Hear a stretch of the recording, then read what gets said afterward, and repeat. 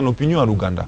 Donc nous devons savoir que la découverte de ces richesses a souvent constitué un malheur pour nous, mais nous devons féliciter le gouvernement de la République et notre armée qui aujourd'hui se renforce et est capable de sécuriser nos frontières pour que nous puissions exploiter de manière judicieuse nos ressources. Justement, honorable, j'aimerais renchérir, s'il faut le dire ainsi, la question de mon cher frère, sa toute première question, là où il a parlé de la disposition constitutionnelle par rapport à l'exploitation de nos ressources naturelles et j'en passe. Ici, la question était celle de savoir, est-ce la République démocratique du Congo n'est pas en train de subir les influences émanant de l'extérieur, parce qu'ici on a parlé de Global Witness, on a parlé d'un député allemand qui avait monté au créneau, et bien d'autres organismes à travers le monde. Mais par contre, la Constitution, la disposition constitutionnelle nous explique que notre pays, notre gouvernement, a la liberté de mettre sur pied des politiques en toute indépendance et selon bon lui semble. Mais aujourd'hui, on a comme l'impression que cette disposition est en train d'être, s'il faut le dire ainsi, violée par certaines pressions émanant de l'extérieur. Oui, vous avez raison, il y a des pressions et je crois que le chef d'État a répondu à cette question en disant que la RDC accepte les conseils, les avis et les considérations de tout le monde, mais il n'accepte pas des injonctions. C'est une réponse à cette préoccupation.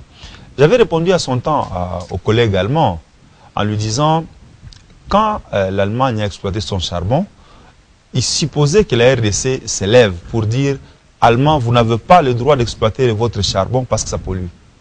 Quelle réaction nous aurions?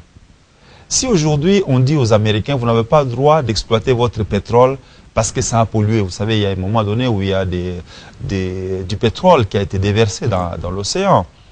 Quelle allait être la réaction des États-Unis? Ils diront, vous, petits Congolais, qu'est-ce que vous avez à nous dire? Aujourd'hui, les Occidentaux se rendent compte qu'ils n'ont plus d'air protégé, qu'il y a des espèces qui ne trouvent que chez nous aujourd'hui, et que pour eux, ça leur fait plaisir de venir les contempler. Parce qu'eux, ils sont rassasiés, ils ont mangé. Mais moi, je vous dis, moi, je suis originaire de Rutshuru, là où il y a le parc Virunga. Demandez à la plupart des enfants, ils n'ont jamais vu ni un éléphant, ni un lion. Vous savez pourquoi? C'est parce qu'ils n'en ont pas envie. Parce que leur père n'a même pas de quoi leur payer un moyen de transport pour aller regarder l'animal. Alors, pourquoi, bon Dieu, nous devons continuer à subir les dictats des autres par rapport à leurs loisirs? C'est un loisir.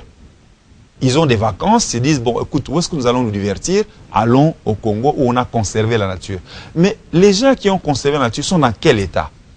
Qu'est-ce que vous donnez en contrepartie aux personnes qui vous permettent, vous, d'avoir votre plaisir de venir contempler les animaux pour qu'eux aussi ils vivent dignement et que demain eux aussi ils viennent regarder vos tours Eiffel, vos arcs de triomphe, vos statues de la liberté ou je ne sais quoi d'autre. Quels sont les moyens dont disposent nos jeunes ici? Combien ont eu l'occasion aujourd'hui d'arriver à New York et de contempler les statues de la liberté? D'autres personnes parmi vous. Mais combien d'Américains viennent en contrario au Congo pour regarder les gorilles de montagne à Rutshuru ou pour regarder les éléphants, pour regarder, je ne sais pas, les lions? Ils sont plus nombreux. Donc, nous devons quand même vivre dans un monde équilibré où les relations sont donnant-donnant, gagnant-gagnant.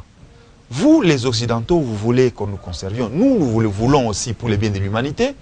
Mais en contrepartie, donnez-nous un peu de cet argent, pas par mendicité ni par pitié, parce que nous y avons droit. Parce que grâce à nos préservations de nos écosystèmes, vous continuez à vivre en Europe. Vos glaciers fondent, mais ils fondront davantage si nous coupons toute la forêt équatoriale. Donc, nous appelons à la justice. Nous ne quémandons rien. Nous estimons que dès lors que nous donnons quelque chose à l'humanité, l'humanité en contrepartie nous doit. Et nous devons bien vivre. Le Brésil a fait le chantage aux États-Unis à une certaine période de couper l'Amazonie. Les États-Unis ont commencé à pomper des milliards de dollars au Brésil. Le Brésil